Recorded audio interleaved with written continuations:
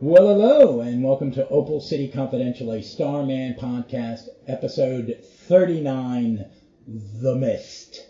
And with me is the amazing Dave Steele from the Earth-2 Podast. Say hi, David.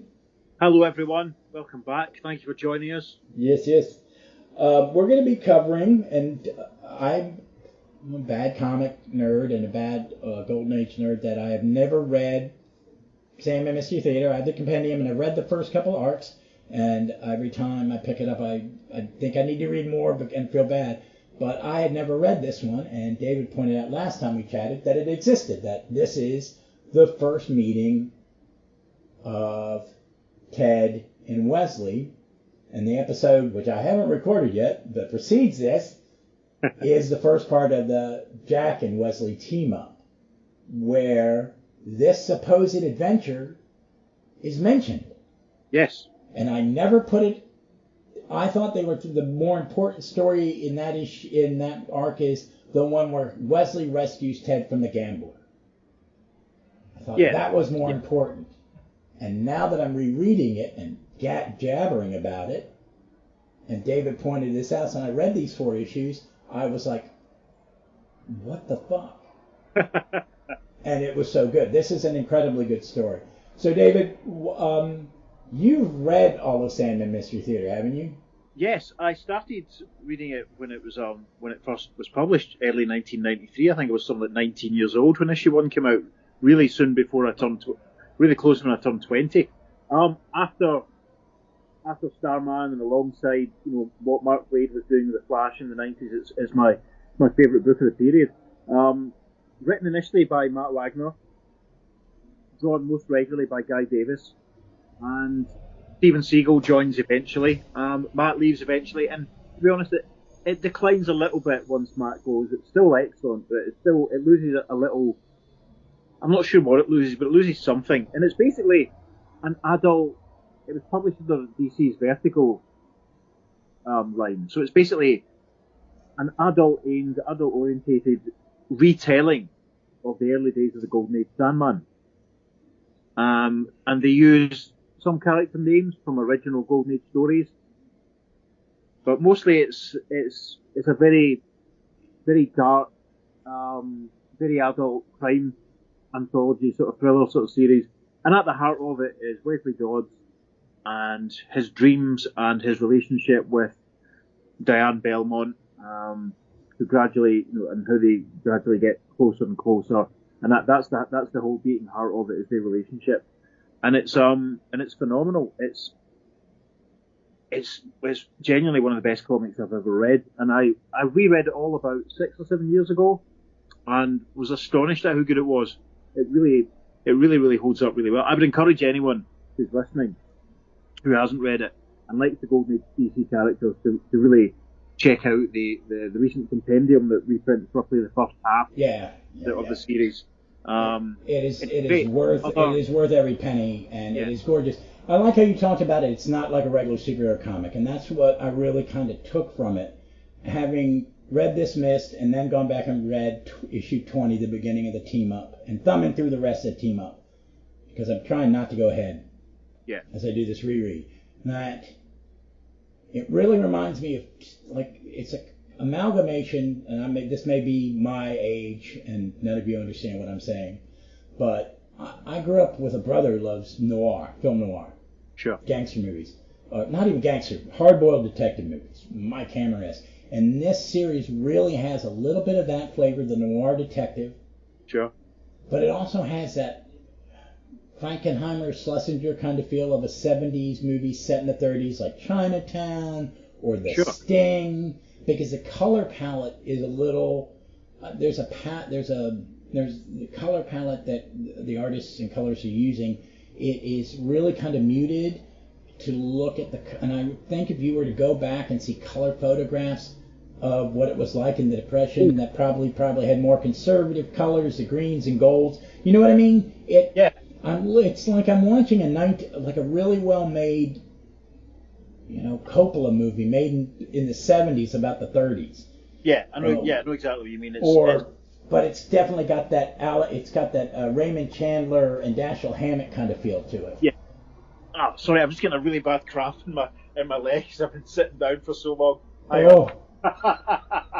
This is the a podcasting injury. Exactly. For the benefit of our YouTube viewers, you can see me standing up and rubbing my thigh. No, it's great. I mean, it was obviously the series started off the back of the success, the popularity of the Neil Gaiman Sandman, and but it exists on its own very well. It's not in the thrall of that. There's occasional references. They do meet up eventually, Morpheus and Wesley. But it's great because it builds on everything that was done with them in the Golden Age, and just makes it a little bit more. I want to say believable is the only way I can put it. It really brings it, because the trouble with what Roy Thomas did in All Star Squadron was that he tried to make everything slavishly accurate to all these comics that were published 40 years previously. Which is it's you don't reinvent it. Yeah, which works if you own every single issue of All American Comics, or if you've got a complete run of More Fun. But if you don't, then you're reading stories when it's especially the early Infinity Inc. stuff where it's all hanging around a street. This is it the stream of I can't remember what it's called, the stream of ruthlessness, something like that. But this SMT basically takes the bare bones and almost makes it a little more real world, and it works very, very well because quite a few other characters pop up in it. Oh yeah, Our Man headlines an arc, as one of which is absolutely phenomenal, so good. Blackhawk turns up. The Crimson Avenger pops up a couple of times. Oh, does he? I gotta go read it. References to the Flash, references to Hawkman. But it doesn't lean into the superpowers, does it? Because Ted, we're going to talk about the first meeting of Ted and him, and Ted isn't Starman yet. Superhero. Huh? He's not a superhero. This is Wesley. He's driven by these dreams that he keeps having, and he's having these dreams. This is the retcon, which is in issue 1 of the Neil Gaiman Sandman. Wesley is driven by these dreams, and he's having these dreams because Morpheus has been imprisoned. And because he's a conscience and he's a good guy, he's driven by these dreams to go out and deal with and help, and So that's where the dreams would come from. See, I didn't know that because I haven't read Neil Gaiman's Sandman. He's a costume adventurer rather than a superhero. And when he meets Our Man, without spoiling it, this is when Rex Tyler is just starting out. The Crimson is a little bit more established. Blackhawk is kind of an alternate origin for that character.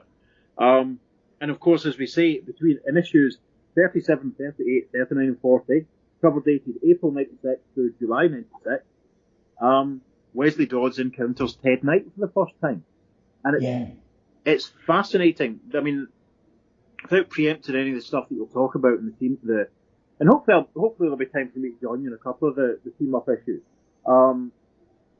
It does a really, really good job of making all these Golden Age guys a lot more believable as people, because it builds on the relationships and rounds out the personalities in a much more interesting and believable way than anything Roy ever did. And I say that as someone who loves All-Star Squadron. I agree. I think you and me are pretty much agreed on our take on All-Star, when it's great, when it falters, and we have similar takes on it. And I love it, and I could read it over and over again. I'm sad I haven't read this because I like this, because it's explaining a lot that I did not get out of Starman because I hadn't read this at the same time. Sure. You know, and I do like these. I have a soft spot for detective comic books. Like, not Detective Comic, Batman, but I read Mystery religiously. Sure. Nathaniel Dusk from DC. George, stuff like that. Slam Brad. I like these modern reinventions of Slam Bradley. Yeah. And it did, I loved him in Gotham City year 1. Yes. Did you have you read that stashed in the shop to pick up at my earliest convenience? I think you will like it, but you get to see more about him. And folks, I have read it, but I haven't recorded the episode. But the previous episode, I will talk about World's Fair Comics #1. Yeah. Because reading that appearance of Sandman is closer to the Sandman Mystery Theater than it is to any other Sandman comic book I've ever read. Yes. The feel, because Pete and I have done, I think we did one very early Wesley Dodds Sandman story during the summer when we were building up to our 7 Soldiers of Victory episodes. Obviously, which everyone listening will, if you haven't heard it already, you should listen, because Ross plays Starman for us in those episodes. He's about to, at the time of recording, he's about to appear in no less than 3 consecutive episodes of the Earth-2 Podast playing characters. I'm not going to tell you who right now. But we did a story very early on where the Wesley Dodds Sandman, a very early adventure comic, where he meets a character called Wing. Obviously, Wing was the name of the Crimson Avengers sidekick. Okay. That was our conceit for that. But I hadn't read it in a long time, but rereading this early Wesley, I was struck by how different it was from, superhero comics of that period. And how, as you say, SMT is so closer to that than anything else. Oh my God! I did not read the whole World's Fair. I only read the Sandman stuff, but I will go back because I had to read it on online. Yes. And those sites are hard to read them on. Especially since I'm reading it on the phone and I'm old and blind. Yeah. But it's beautiful. The art is amazing, and the colors of the costume is so weird. Yeah. That it's red and orange, but it reads like Alex Raymond was doing a detective comic strip in the newspaper. Like this was the Sunday single page. Because in America, we got Prince Valiant, took up a whole page in the Sunday Funnies. So did Flash Gordon, and so did other things. You know what I mean? Or took was the upper half of the fold. You know what I mean? You'd be the top, boom, and it would be it, and then there would be the 2 big strips, like Peanuts and Garfield, or whatever the hell they were at the moment. Right. But it's just gorgeous, and it is a detective story, and that the people are so real. I've only read the first 2 arcs in Mystery Theater, and then jumped to this. But I know Diane. It's you always see 30s movies and everybody's so chaste. And I love her and I will not kiss her until our wedding day. Bullshit. Yeah. But these people are romping around like 20-year-old college kids. It's not gratuitous. It never goes too far. But it shows you how much in love they are. Some of it is... Some of those sequences with Wesley and Diane sort of through the series are very intense. But it's about passion. Exactly. Passion is that's spot on. I remember really clearly reading it and just being like, for the first time, and just being like, wow, I would love me some of that. That's what I love in issue 20, because Jack is going, he's going from Opal to New York to see Wesley because he's had the dream. He's having the same dream Wesley's having. I think, if I remember it right. Yeah. And he gets there and he's talking about, I can't believe you shouldn't meet your thing, your idols, you're in. And when he gets there, his idol is not Wesley. It's Diane. And he goes, no, That's so well done. And I love the suit that he's wearing in that story. He looks so cool. The tie. Oh, no, he's put on his coolest 1940s suit. I love it. Jack is the man. And then when he's flying down the hallway in that suit, it just looks so good. And then Wesley's still an adventure, but it's so good. Definitely going to read this again. I mean, another thing, talking about costume, and I mean, like, in clothes, and another thing about SMT that it did was that in the original adventure comic stories, and World's Fair, obviously, Wesley's wearing a very smart suit and he's a cape, whereas in SMT he sort of shifts into, a trench coat. The gas mask isn't as streamlined initially. It's got a big long schnoz, battered fedora, and this was kind of incorporated into the main continuity because when Stars and Stripes does its issue where it retells Justice League of America 102, and I might have talked about this on here before, I can't remember. When you see Wesley, he's drawn in the SMT style rather than the adventure comic style. And the good thing about the crossover with Starman was the book at SMT had been running for about 3.5 years by this point, and it was always a little separate because it was Vertigo. So the really interesting thing that Starman did was that it brought that it really brought into the mainstream this retelling of Wesley. This is still 2 or 3 years before the revival of JSA and all this kind of stuff. Yeah, I think they also I don't think Wesley is ever given a lot to do post the birth of Justice League. You know what I mean? Yeah. Ted gets, Ted and Doc Fate and Black Canary and Wildcat, they get the Brave and the Bold team ups. Yeah. Stuff like that. Yeah. Alan Scott's in Green Lantern from time. Shit, Jay's throughout Flash. Yeah, because Wesley's really forgotten. He's just the old guy. He's always played to be the oldest because he's the first of them. And I like that in the Jack story in 20 that he talks. I was the first of us. Yeah. I was the beginning. Yeah. I wasn't a superhero. I was just whatever. Yeah, he's in the fourth. The first time you see him in the Silver Age, it's the fourth JLA JSA team up. I don't, because you don't remember. And the only time he's center stage is when they bring Sandy back. Yeah, and he has this. It's when they give him the gun with the gadgets and all that. And then he's in a chapter in JLA 100 to 102 when he's teamed up with Superman and Metamorpho, which is bizarre. It makes no sense. And then, as you say, they bring Sandy back in one of the 100 pages, and you barely see him. I think you see him I think he pops up in All Star Comics only once or twice max, and then you don't see him at all until All Star Squadron starts, and then he's in the purple and yellow suit. So this he was really a blank slate for Matt Wagner. And the interesting thing we're talking here about was another thing that's relevant is Jack meeting Diane in the present day, and of course SMT is set back in the late 30s. But obviously, one of the retcons that Roy did in All Star Squadron was that he killed Diane off when he did his story about how. Tarantula. Changing the second appearance of Sandman. Yeah. And taking that villain Tarantula, retconning that to be Jonathan Law, which I love because Tarantula's one of my favorite All-Star Squad guys. Yeah. That guy. But this is much better.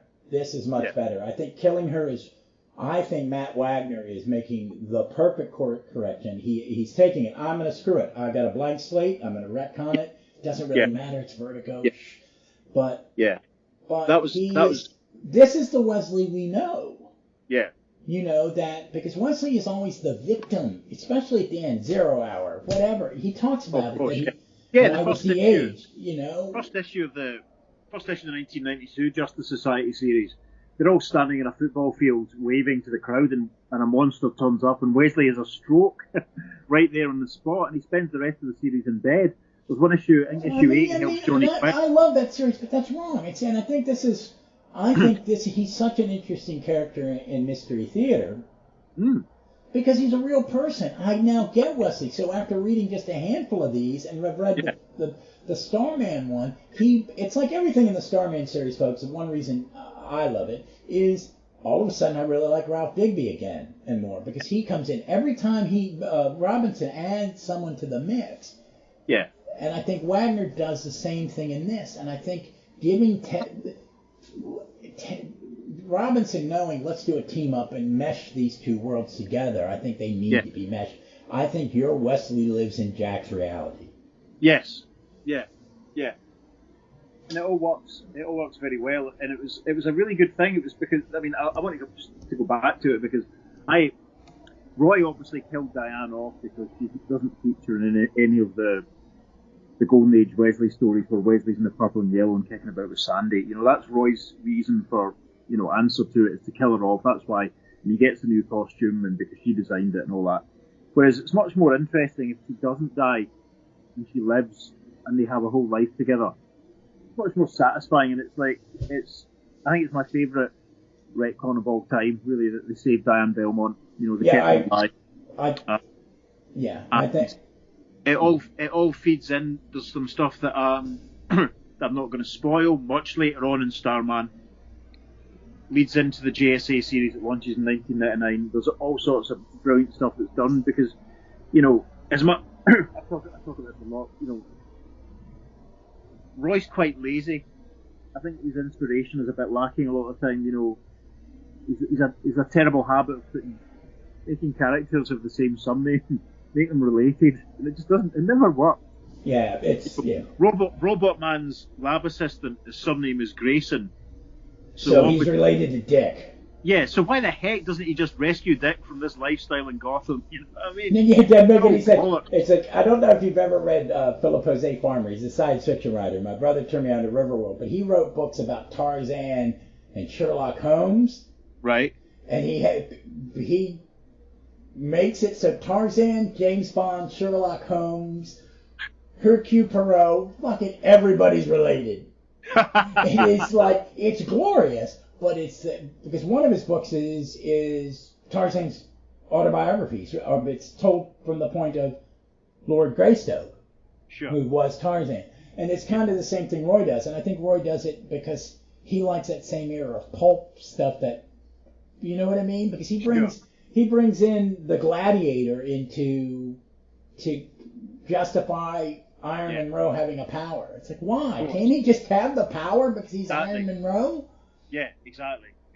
And it's kind of that way that, like, you know, in a lot of Doctor Who spin-off media these days, they try and tie every single thing together, and I don't think it needs to be done. It's much more interesting just to have things separate and have their own little truth and leave stuff. It vague enough to where, because my big thing with, especially with Doctor Who continuity, create your own continuity. Yes. Mine is, for the most part, I will insert most Big Finish in where it fits, because most of it I like. The ones I don't like, because not everything's going to be good. But the Paul McGann stuff to me is canon. Oh, absolutely. Yeah. And the Sixth Doctor stuff, the Evelyn stuff, which I'm will be done with. I've started Gallifrey's Most Wanted up, and I'm going to probably finish that up this year, and which will be sad because I like that stuff. But with comics, I'm the same way. It's just I like continuity. I want my continuity, but I don't want you to be a slave to it, and I don't need you to reference it all the time. Sure. Yeah. This Sandman. I've reached a point now where I get really a gratuitous continuity reference will put me right off and make me want to stop listening or put the thing down. You know, there was a period, it seems, in the Titan Doctor Who comics where they couldn't go a page without a stupid continuity reference. You think, who's that for? I know. The only run of that I've liked certain arcs and certain books of that run, but I like the Al Ewing stuff, and I didn't realize it was so good. I was going, wow, this is so much better than the rest of it. And then I went, oh, it's Al Ewing, that's why. Yeah. Okay. Yeah. Oh, he left. Now it's not as good. But no, and I think what we do, what I like in this era, because you had what Robinson's doing with Sandman, what Wagner's doing with Sandman, and what Johns and Goyer and Robinson start to do in 90s Justice Society is, I'm going to take the Matt Wagner Sandman, I'm going to take the Ted Knight Starman and the Jack, I'm going to take what other people have done and fix this, and then I'm going to add something to the mix. Yeah. You know, and I'll start creating more legacy, I like the legacy characters, but I think there's about, a 15-year period where a lot of, I don't want to say damage, but there's been fleshing out of these characters to where they have, I think the reason JSA is as popular now when it's coming back in Stargirl because of these kind of 3 books. I agree with you 100%. Yes. It's those people who appreciated what was being done with these characters at this time and have been waiting for it to come. You know, the Stargirl miniseries basically picked up where the Stargirl series left off 20 odd years ago. Yeah. Finished. It's insane, but it was great. It was picking up on themes, all the stuff with Degaton. That was, and that we've had in the recent JSA stuff. That was picking up on stuff that was in Booster Gold and Justice Society in the 2000s, because we've all sat here waiting for it. I know, and to say it's because we. Back. Yeah, and there were starts and stops with JSA earlier, and the who wrote the Paraback one? Because I just always called the Mike Paraback. Yeah, I want to say Lenge. Is it? Yeah, and it's good. It's a good comic. It's freaking gorgeous. Yes. But there are these stops and starts because I think it's because when Robinson was doing his DC said Archie, he had Archie. Sure. Archie's doing. Of course. I'll leave. I will run interference. Do what you want to do. I will tell you when you cross a line. Yeah. That's a good editor. And I think what it is when Goyer and Robinson leave, kind of kickstart JSA, I don't think anyone's watching Johns as much. I mean, because had he done Green Lantern yet? No. JSA's his big break. But the other thing to remember, of course, was that you had that period when Mike Carlin was overall editor, and he didn't want a JSA book because he was an idiot. These guys. So I think Shag's going to be talking about a lot of this sort of stuff on Just Beside Presents when he finishes Wahaha. They were able to get away from the influence of. I don't know if Mike Carlin was still there or if he'd left, but he just retired. He retired last year. Yeah, they did that good thing. The good thing about JSA was that it took the 3 or 4 surviving original Golden Age team members and the legacy guys and blend them together. That was a great way to do it. Yes. Because you could have your cake and eat it. You could have the young characters and do stuff with them, but you could please the folk that liked the old guys, because Green Lantern and Wildcat and Jason and Jay Garrick were still kicking about. Ted was still alive at that point, so spoilers. So it was the kind of perfect blend, and it all stems. I think it all runs from this thing that Sandman Mystery Theatre sort of created, which there was a period of a few months when SMT was coming out at the same time as the Parabec Justice Society book. I remember buying them both at the same time. Oh my God, I didn't think they overlapped. Yeah, there was an overlap of maybe not long, 2 or 3 months tops, but you had the infirm, bedridden Wesley and helping Johnny Quick and Our Man in the hospital, and the first few issues of SMT were coming out at the same time. But everything that was starting in SMT, which is what we talked about, of taking the stuff that works, the stuff that's good, and doing something fresh with it. That was the spirit that was carried on in Starman. And the 4 issues between 20 and 23 are phenomenal. And the SMT story is really good because it adds so much colour to what has just happened in Starman and what's about to, because it has Ted's first meeting with the Mist, the origin of how the Mist ends up in the condition that he's in, and how he gets to Opal City. Yeah, and all sorts of, and a lot of really interesting commentary about what was happening in America at the time, which is relevant to a lot of stuff happening in the world just now. Right now has been really eye-opening, and I'm contemplating giving SMT another read-through as a result. I just finished a big read-through. I just finished Steve Englehart's Captain America Omnibus. Yes. And I haven't picked my next read-through. Right. And I was talking to Kirby, and he just reread 5 years later, and I'm on a Discord with him, and I don't jump in, but he gave it a blow-by-blow review as he was rereading it, and he was honest. Right. I would love to. You need to send me a link to that. That'd be good, because I can't remember. I think I said to you, I can't remember. I really enjoyed your episode when you were talking about Keith Giffen. I'll see if I can get you into that Discord, because he's really honest about it. It's really good to see what he has to say. Yeah, because that was his first Legion. Well, see, I was roughly at the same period. I had 1 issue of Superboy and the Legion when I was about 5 or 6, and I didn't know who Ultra Boy was. I didn't know who Monel was. I didn't know who Brainiac was. It was right in the middle of an arc, and I was like, right, well, I'm not going to get that again. So it was right, age of 5 or 6 was right over my head. But my friend Scott had started reading Legion of Superheroes run about issue 36, 37 of the 5 years. So and he was recommended it by a guy who worked in one of the comic shops, a guy called Steve Montgomery, who I ended up working for myself a couple of years later. And Steve had said, just read that. It was issue 30, I'm sure it was 36, 37 or 38. Scott was like, all right, okay, picked it up, and I read it. So I came in right at the absolute arse end of the 5 year later period. I came in about, a year and a half before it was all rebooted in Zero Hour, but in that time, I was reading Legionnaires. I caught up on the 5 year period, and I read a lot of other stuff. That was my access point to it. And I think if you can get into Legion, reading the tail end of the 5 year later. And not be jaded, because it really kind of crashes and burns. See, I haven't reread it. I bought the 2 omnis because I wanted them, because it was like I don't have my singles. And I didn't have the app yet, so it was worth it. I will send you the link to that Discord, because Kirby's a very nice young man, but he is pretty mean.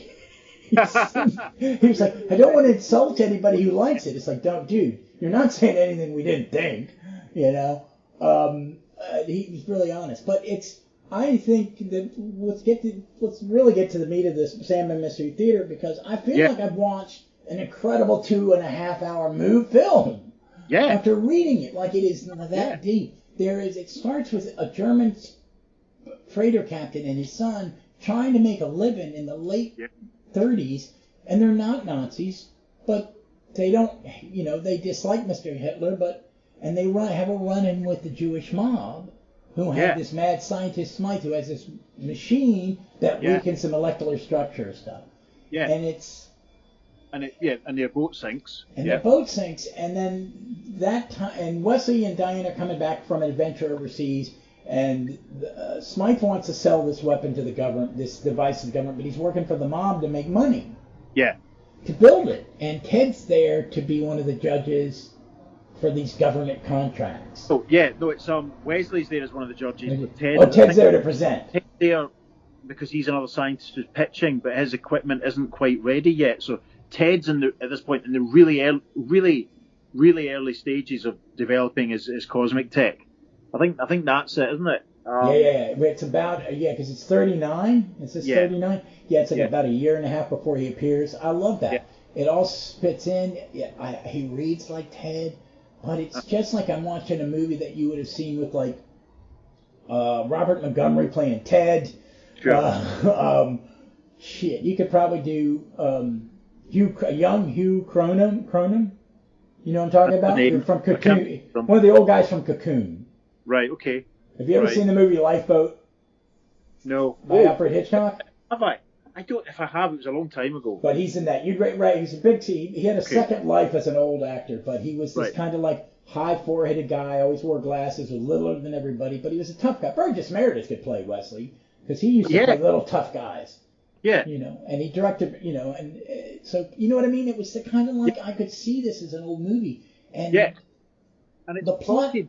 It's plotted to within an inch of its life. There's so much detail, so much actual, story in each issue. Like, compare it to, I've done nothing but moan about is it even still being published, the current supposed Justice Society book, so little happening in each issue. Yeah, I mean, I hate to say it's being written, because I reread them in chunks and I like it, but it's don't write for the trade. Don't write for the trade. So, but Kenny and I on Power of Three have just done an episode where we recorded an episode where we're talking about the comic strip in Doctor Who magazine at the moment, and they have 6 pages an issue, and they pack in more plot and twist and story and incident and development and laughs and scares in 6 pages, and Jeff is managing each issue of the Justice Society series. But this SMT stuff, every issue. Oh my God! You read a few chapters of a novel. It does. It reads like a novel. It's got different plot lines, because the German sailor has a separate story. He has his own story. He gets pulled into the Bund. All this shit happens. Hold on. My dog is drinking the sugar out of the bottom of my teacup. That's gross. But he has a story, and it all ties into the Bund, which is what we call the Nazi sympathizers, or the fifth column. That's where the term fifth column comes from. Yes. Because it was part of America First.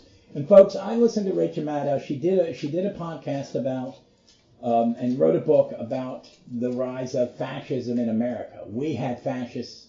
England had fascists. You had Mosey in the black shirts. Yeah. Of course. But it ties into that. And you've seen the new the movie that came out like 2 years ago now, Amsterdam, which is funny and lovely and dark, because it's a real period in my country's history. And that's a whole separate subplot that it really, the only reason you could just say, you could just not have that and just say this is about the scientists making weapons, and then the Germans and the Jewish mob are involved in two different plots. To use the weapon to extort people, and the other to be because we know we're going to go to war against the fascists.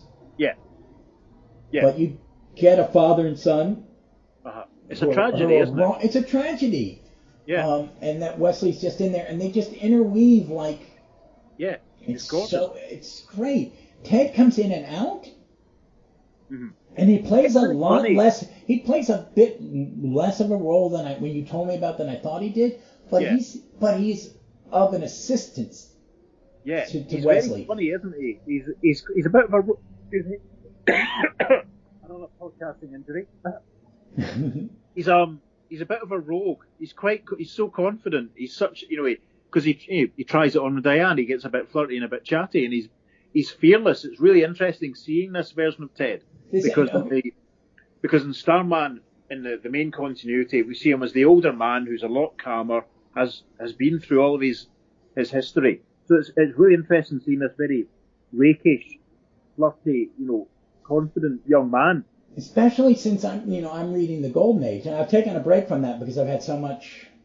There's been so much. We're at a point in the Starman comic where there's a lot of times passed.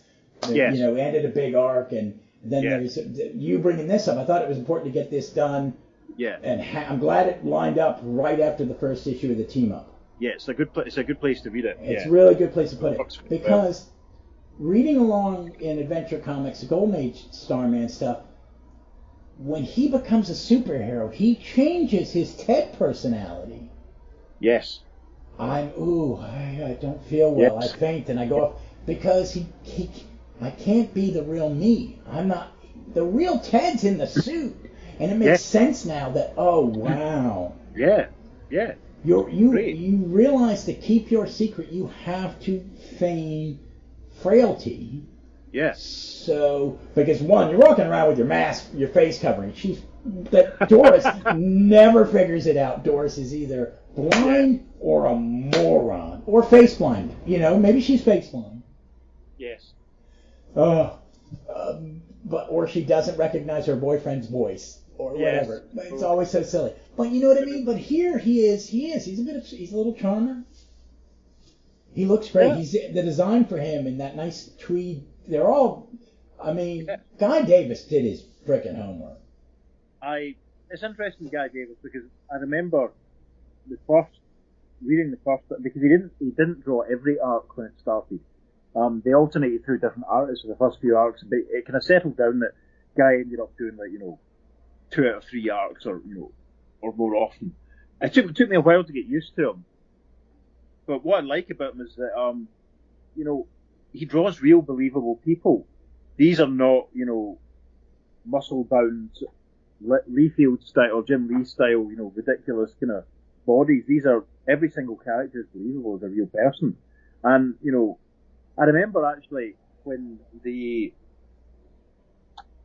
Justice Society Returns event was published in 1999, they had 2 bookend issues, narrated by our man, and they did one issue where they teamed up Sandman and Sandy with the Star Spangled Kid and Stripesy, and that was great because in the opening page they had some stuff when Wesley was moaning about having to run about in this yellow and purple, and they make comments about it. How it's, Sandy sort of saying, you want people to trust you, you can't dress up in a gas mask and a hat anymore.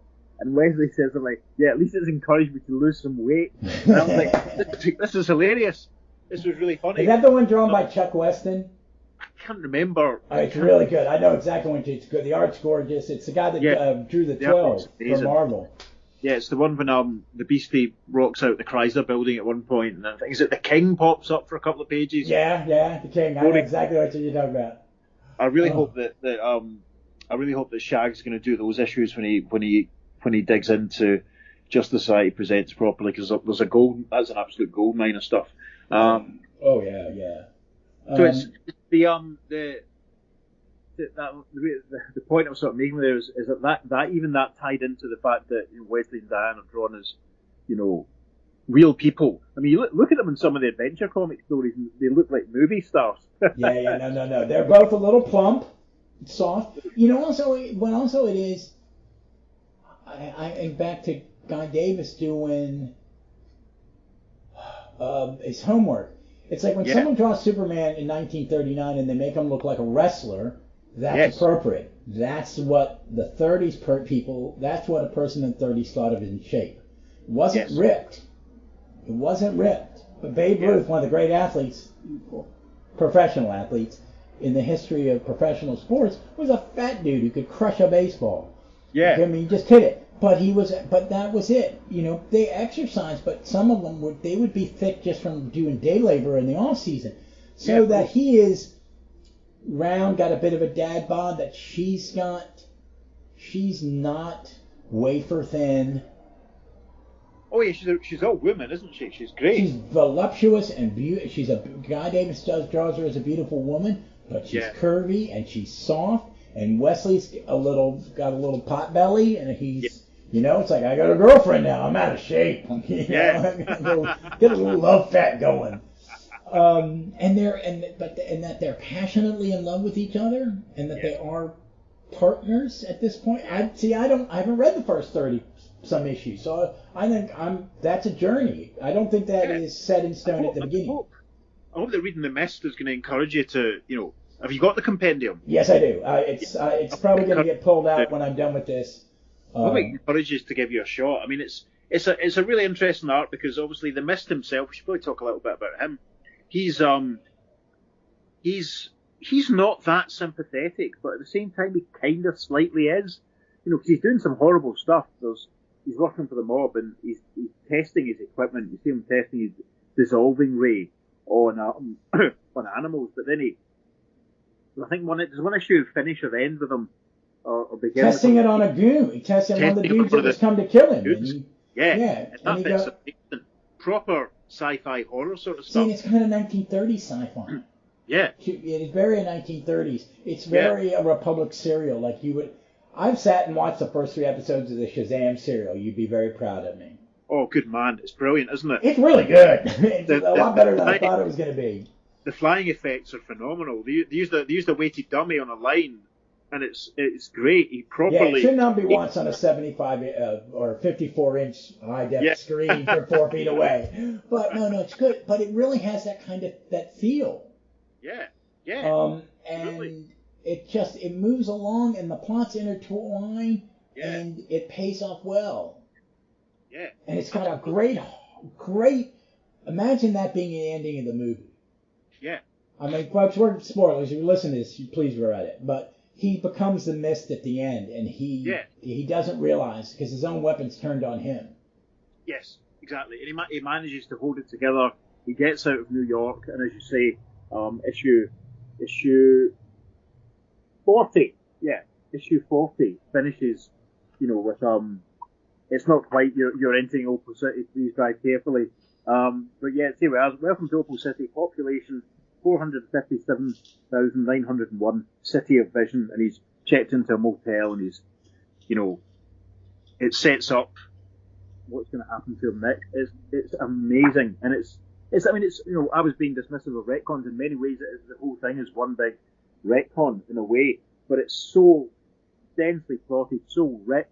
As you say, there's so much going on. It's not just the story about the mischief, the continuing Wesley and Diane stuff, and then the stuff about the fifth columns and the boy from the boat trying to get by and ended up becoming involved with the Nazis, and he doesn't really want to, but he's trying to survive, and it's phenomenal. And obviously, there's mention of the medal. The medal, and which ties into the Starman issues as well. So it's because you find out he was in the Psalm. Yeah, he rescued lots of people and all that sort of stuff. Yeah, so he was a hero in the Canadian Army, and that Smythe isn't even his real name. We still don't know what his real name is. Yep, it's Do we ever find it out? It shades to if you pardon the pun, it adds a few shades to his character. It's the synergy between this and Starman at this point is just glorious. It really, really was. It is. At times. It is. It's great. Folks, I cannot recommend these 4 issues enough. I need to go. I'm going to probably pull the compendium out, reread the first 2 arcs, and just read through. And then, because they haven't announced the second volume. Have they announced the second volume? I don't know. I know they got to do it, because if they only do this, they've only done four more arcs than they did for the last time. I think the hiya. Dave says hi. She's waving at you. Waving back. Yes, the wife has arrived and the dogs are chomping. They want mom. They hate dad. Go fuck them. Right, we'll probably wind up then. Because I think the second Starman compendium came out quick after the first one, didn't it? Within but the first one sold so well. Yeah. Because they hadn't been in print. Come here, Mini Grumpus. That is my wife not talking to me. I'm the big Grumpus. Mini Grumpus is the Shih Tzu dog. I don't know why, because they did the 2 milestones, and now they've announced the 3rd milestone, which will be all the original milestone stuff. Oh, wow. Yeah, I started reading that. I'm about a third of the way through and it does like 4 issues of one book, then 4 issues, and I'm enjoying the hell out of it, because I only read the Superman crossover stuff before. Yeah, that was the only stuff I bought. Yeah, it's worth it. But these compendiums are great, and I'm going to have to read it, because this one was so good, and when I'm done when me and David are done recording, I'm going to probably eat dinner and then set up and record the episode before this, and I'm going to talk about the first issue of Sand and Star and Sand. Sand and Stars. Sand and Stars. I love, and it's a great arc. And I've read the first published Sandman comic. So yes. I'm assuming Adventure 40 is the first written, but World's Fair Comics #1 is the first one, and it's gorgeous. But go online and find it. It's Larry Dean's art is my god. Yeah. And this stuff, I mean. Hush now. Did you keep them? No. Okay. That's why she's barking.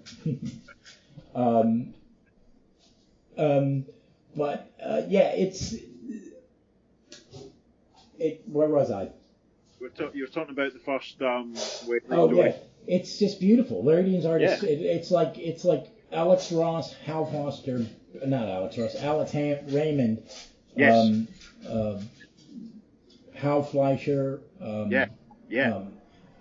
stuff like that. Kind of those adventure strips from the 30s, 40s, all the way to when I was a kid. I mean, in the funnies, it reads like that. It's newspaper strip quality. And for the 1930s, that's saying something, because the best artists were working on the dailies. Absolutely. Yeah. So of course. It's well worth it. All right, folks. David, why don't you tell people where they can hear your lovely dulcet Scottish tones on the interwebs? I appear every Thursday with my good pal Peter Watson on the Earth-2 Podast, where we explore the legacy of the DC Golden Age characters to the Silver and Bronze Age and the pre-crisis DC Comics multiverse. Ross has helped us out on no less than, I think, 6 episodes this year. Really? Wow. Okay. Yes. So you can, if you don't get enough Ross, you can get him in a few episodes of us at the moment. I'm also contributing this month in November regularly to a Doctor Who podcast called The Power of 3, which is operated by my other good friend of many years, Kenny Smith. So you can find me there as well. Awesome. And it's a good time. We're 12 days away from New Who. I know. Can't believe it. I'm excited. I'm looking forward to it. The people that they've gotten in the show just making me what? You got Neil Patrick Harris. You got Jeff Goff. I know. Wow. It's gonna be pretty. Let's and beat the meat. I'm really happy about that. We recorded an episode of Power of 3 where we talk about the original comic strip version of that story and then the big finish version of it in advance of the new television version of it. But I think that episode's going to be out on the 21st, 22nd of November, going about then. Day before, okay, that's cool. Yeah. Actually, I think I'd have to look, but me and Vic, when we first started doing Gallifrey's Most Wanted, one week we would do like the first Doctor Who story, then we do something else, and then we do the second Doctor. And I made her read the Gibbons comic, and we covered Iron Legion and Star Beast. Excellent. And then I made her listen. We did the audios too. So I have the big IDW complete Dave Gibbons. Oh, nice. It's huge. Excellent. You could kill somebody with it. It's like a Bible at a church. so big. Yeah. But I'm looking forward to it. About that. Yeah, it's good stuff. But yeah, so Ross, thank you for having me. It's been a pleasure. Oh, it's always fun. Folks, we talk for about an hour before we record just about anything pre-game. Thank you David. Thank you for pointing these issues out to me. I'm glad it lined up perfect with this. We just had a bunch of fun. I just posted it 2 weeks ago.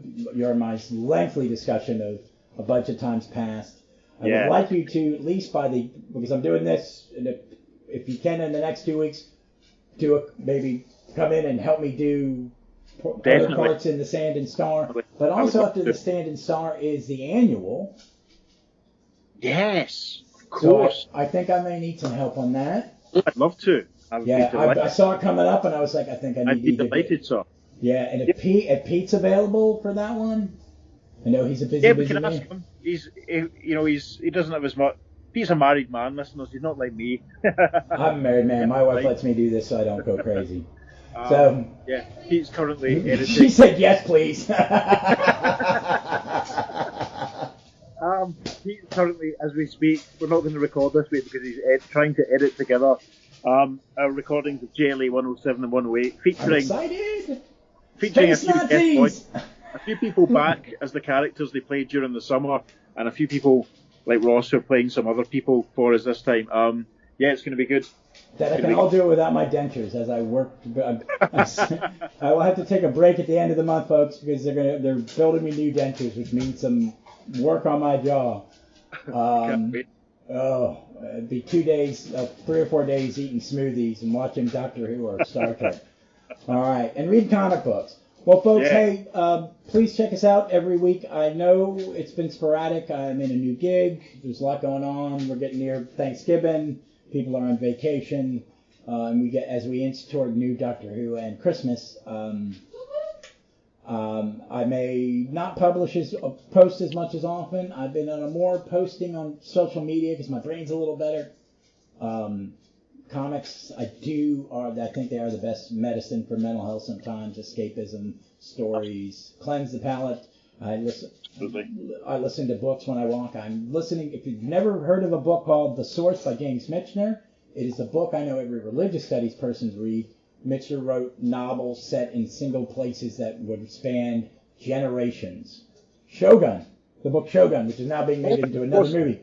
But he did one called The Source. It's about a tell, which is a mound of dirt created by the debris of settlements on the same spot over different periods of time.